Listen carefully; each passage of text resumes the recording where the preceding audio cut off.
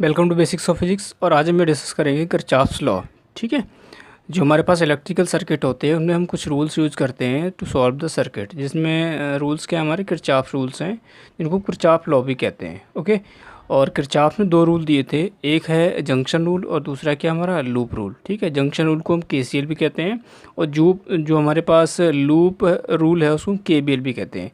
KCL का मतलब होता है किरचॉफ्स करंट लॉ और केबीएल का मतलब होता है किरचॉफ्स वोल्टेज लॉ। ठीक है, तो ये जो लॉज हैं, ये जो रूल्स हैं, वो इलेक्ट्रिकल सर्किट को सिंप्लीफाई करके सॉल्व करने के लिए होता है। ओके, चलिए अब बात कर लेते हैं केसीएल और केबीएल क्या क्या है। तो सबसे पहले केसीएल को बात करते हैं। केसीएल क्या है? केसीएल कहता है एट एनी जंक्शन, ठीक है, the sum of the currents entering the junction is equal to the sum of currents leaving the junction. अब इसका मतलब क्या हुआ? देखिए, जंक्शन का मतलब होता है कि कम से कम 2 से 3 रास्ते जहाँ पे जाके मिल रहे हैं उसको क्या बोलते हैं? जंक्शन बोलते हैं। ठीक है, जैसे एक रास्ता इधर से आ रहा है, एक इधर से आ रहा है, एक इधर से आ रहा है, तो कम से कम 2 या 3 रास्ते मिल रहे हो तो वो आपका जंक्शन होता है। जैसे टी पॉइंट होता है हमारा, है ना, या फिर कह सकते हैं क्रॉसिंग जंक्शन होता है। तो वो सारे सारे पॉइंट क्या जंक्शन है। अब सर्किट में भी क्या होता है? जंक्शन होते हैं। ठीक है, अच्छा, तो जंक्शन पे क्या हो रहा है कि सम ऑफ द करंट्स एंटरिंग, यानी जितने करंट्स एंटर कर रहे हैं जंक्शन पे वो इक्वल किसके होते हैं? To the sum of enter current leaving the junction. मतलब जितना करंट आ रहा है उतना ही क्या कर रहा है? लीव कर रहा है। तो उन सब का जो सम बराबर होता है, जैसे आने वाली करंट्स, ठीक है, प्लस जाने वाली जो करंट्स हैं वो क्या होंगे? जीरो होंगे। या फिर कह सकते हैं कि आने वाली करंट का सम इज इक्वल टू जाने वाली करंट का सम। ठीक है, देखिए जैसे मान लो ये कोई वायर है, इस तरह से यहाँ पे जुड़ा था, ये कोई वायर है इस तरह से यहाँ जुड़ा था, और ये कोई वायर है इस तरह से यहाँ जुड़ा था। ठीक है, इसमें रेजिस्टेंस मान लो R1 था, इसका रेजिस्टेंस मान लो R2 था, इसका रेजिस्टेंस मान लो R3 था। इधर से करंट आ रहा मान लो I1, इधर से आ रहा I2 और इधर जा रहा है I3। ठीक है, तो एंट्रिंग करंट कौन से हैं? I1 I2, और लीविंग करंट कौन सा? I3। तो I1 और I2 को जो सम होगा वो I3 के बराबर होगा। ठीक है, अब मान लो अगर एक यहाँ पे और होता और ऐसे करंट जा रहा होता I4, तो हमारे पास लीविंग कितने हो गए? I3 I4, और एंटरिंग कितना हो गया? I1 I2। तो I1 plus I2 is equal to I3 plus I4। ठीक है, तो ये होता है sum of entering current is equal to sum of leaving current. अब इसको हम इलेक्ट्रिकल सर्किट से समझते हैं थोड़ा सा। ठीक है, देखते हैं क्या है ये। मैंने यहाँ पे डायग्राम बनाया हुआ है, एक सर्किट डायग्राम बनाया हुआ है जिसमें रेजिस्टेंस और ईएमएफ दे रखे हैं सर्किट के। ये ईएमएफ E1 है और ये ईएमएफ क्या E2 है। एक रेजिस्टेंस हमारे पास R1 है, ये रेजिस्टेंस हमारे पास R2 और ये रेजिस्टेंस हमारे पास R3 है। ठीक है, अब ये जो पॉइंट है, ठीक है, टी पॉइंट जिसको बोल सकते हैं हम लोग, तो ये जंक्शन पॉइंट हो गया इसके लिए। ठीक है, तो यहाँ पे कौन कौन सी करंट आ रही है, कौन सी जा रही है, उसको देखते हैं। देखिए I1 इधर से आ रही है और I2 इधर से आ रही है, और I3 क्या हो रही है? लीव कर रही है, नहीं जा रही। तो एंट्रिंग क्या हो गया? I1 I2, और लीविंग क्या हो गया? I3। तो I1 plus I2 is equal to I3। I1 I2 I3 को इनके टर्म्स EMF और R के फॉर्म में हम उसको बाद में सॉल्व कर लेते हैं। ठीक है, okay, B is equal to I R, P is equal to I R की फॉर्म में जो है उसको सॉल्व करते हैं। वो कैसे करते हैं बाद में देखेंगे। ठीक है, तो आपको ये पता होना चाहिए कि आने वाले करंट्स का जो टोटल सम है वो जाने वाले करंट के टोटल सम के बराबर होता है। ओके, अब हम यहाँ डिस्कस करते हैं केबीएल के बारे में। केबीएल क्या होता है? केबीएल का मतलब होता है किरचॉफ वोल्टेज लॉ। ठीक है, इसको हम क्या बोलते हैं? लूप रूल भी कहते हैं। अभी लूप क्या होता है पहले उसको समझ लो। जैसे मान लो जहाँ से हमने स्टार्ट किया और हम वहीं पे जाके ख़त्म हो रहा है, पूरा एक सर्किल घूमने के बाद, पूरा एक पाथ चलने के बाद, जहाँ से स्टार्ट किया वहीं पे जाके ख़त्म हो रहा है, तो उसको बोलते हैं लूप। ठीक है, जैसे सर्किल होता है, स्क्वायर होता है ना, रेक्टेंगल होता है। तो एक पर्टिकुलर पॉइंट से हम चले और पर्टिकुलर पॉइंट से चल के हम क्या करें, पूरे में घूमने के बाद वहीं पहुंच जाए, तो वो एक लूप बन जाता है। ठीक है, अब कह सकते हैं कि क्लोज सर्किट, जहाँ पे क्या हो रहा है, जहाँ से स्टार्ट कर रहे हैं वहीं पे क्या हो रहा है, ख़त्म हो रहा है, तो वो क्या होगा? आपका लूप हो जाएगा। ओके, तो अब देखिए क्या डेफिनेशन है।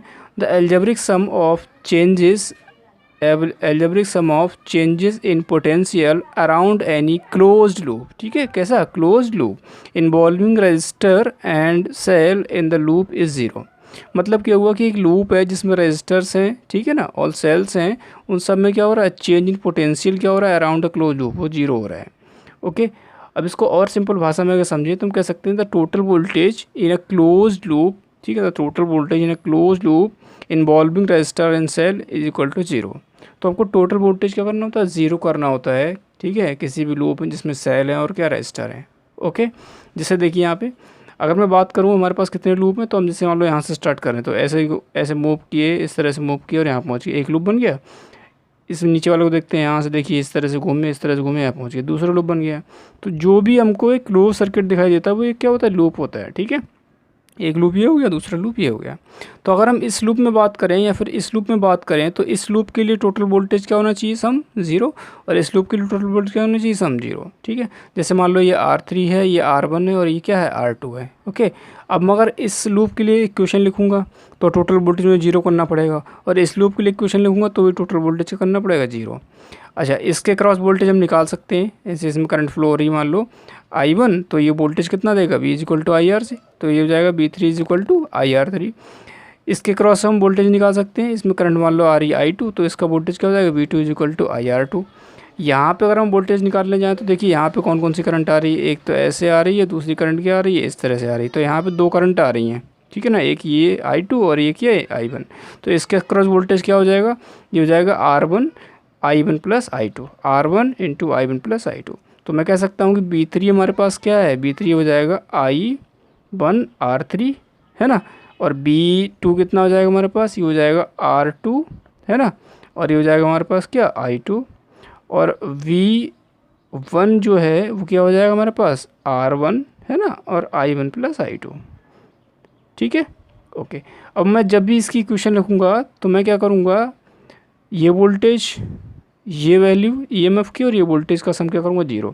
जब मैं इसकी इक्वेशन लिखूँगा तो मैं क्या करूँगा, जब मैं ऐसे घूमूंगा इसमें तो इस वोल्टेज की वैल्यू, इसकी वैल्यू, इसकी वैल्यू और इसकी वैल्यू सब क्या करूँगा, 0 करूँगा। ठीक है, तो चलिए देखते हैं इक्वेशन कैसे लिखी गई है, उसको ध्यान से देख लेते हैं। ओके, यहाँ पे हमने इक्वेशन लिखी है फॉर लूप 1। लूप 1 में अगर हम बात करेंगे तो हमारे पास इक्वेशन है I1 R3 minus A1 plus R1 I1 plus I2। इसमें टोटल वोल्टेज हमने इसके क्रॉस क्या किया, 0 किया है।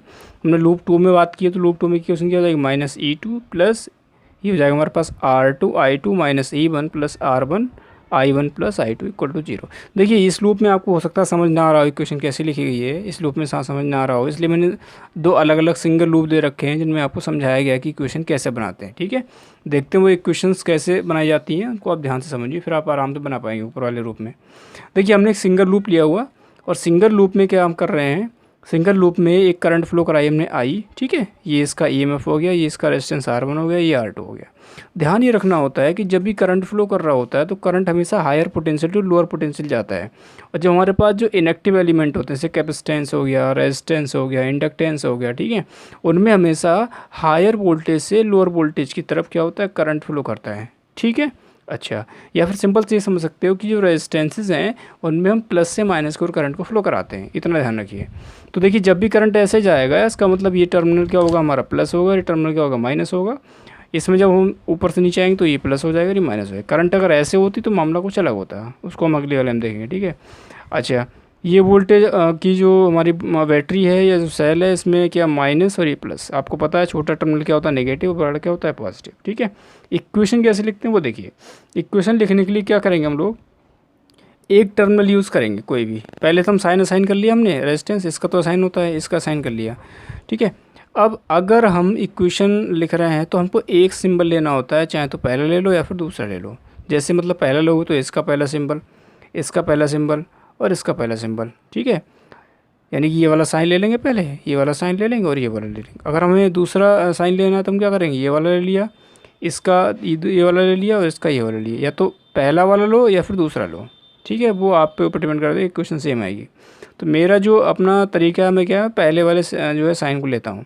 तो मैं अगर यहाँ से चलूँ कहीं से भी चलूँ तो मेरे पास ये वाला साइन आएगा माइनस, यानी माइनस का ये हो गया, प्लस प्लस का क्या हो जाएगा, इसका वोल्टेज निकालेंगे तो IR1 प्लस इसका वोल्टेज निकालेंगे तो IR2। तो देखिए minus E plus IR1 plus IR2 is equal to 0। तो टोटल क्या होना चाहिए हमारा, 0 होना चाहिए। ठीक है ना, ये उसी लूप में अगर करंट में रिवर्स कर दूं, जैसे ऊपर वाले में क्या था, ऐसे करंट आ रहा था, मैंने ऐसे कर दिया, सारी सिचुएशन वही है, एक ही वैल्यू है सेल की और दो रेजिस्टेंसेज हैं। ठीक है, देखिए कैसे करेंगे, ऐसे करंट फ्लो हो रही है इस लूप में आई, तो हम लोग कहीं से भी स्टार्ट कर सकते हैं, यहाँ से कर सकते हैं, यहाँ से कर सकते हैं, यहाँ से कर सकते हैं।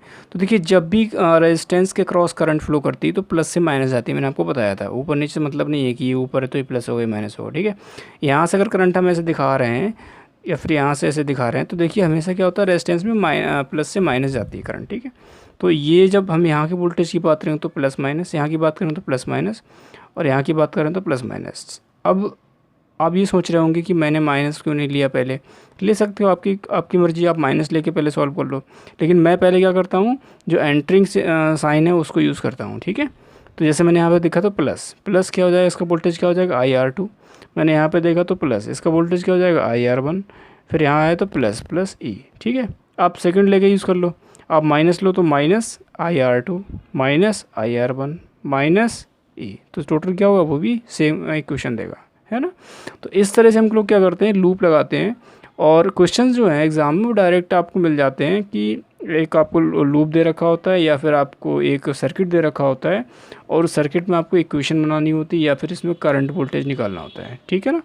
सो मैंने आपको ये समझाने की कोशिश की है कि हम कैसे केवीएल की इक्वेशन लिखते हैं, फिर केसीएल का हम कॉन्सेप्ट कैसे यूज़ करते हैं। तो मोस्टली क्या होता है, केवीएल से क्वेश्चन पूछा जाता है, केसीएल से कम पूछा जाता है। बट आपको केसीएल पता होना चाहिए, ठीक है ना। और ये चीज़ पता होनी चाहिए कि हम कहाँ पे कौन सा अप्लाई करते हैं। तो मोस्टली जहाँ पे लूप बन रहे होते हैं वहाँ पे केवीएल ही अप्लाई कर रहे होते हैं, ठीक है। और केवीएल से क्या होता है, इक्वेशंस हमारी बनती है और वहाँ पे सोल्यूशन आ जाता है, हमारे जो वैल्यू रिक्वायरमेंट पूछी जाती है वो हम पता कर लेते हैं। करंट पूछा जाएगा या फिर वोल्टेज पूछा जाएगा, इस तरह की चीज़ें पूछी जाती हैं। सो आई होप आपको समझ आया होगा, एंड थैंक्स फॉर वॉचिंग।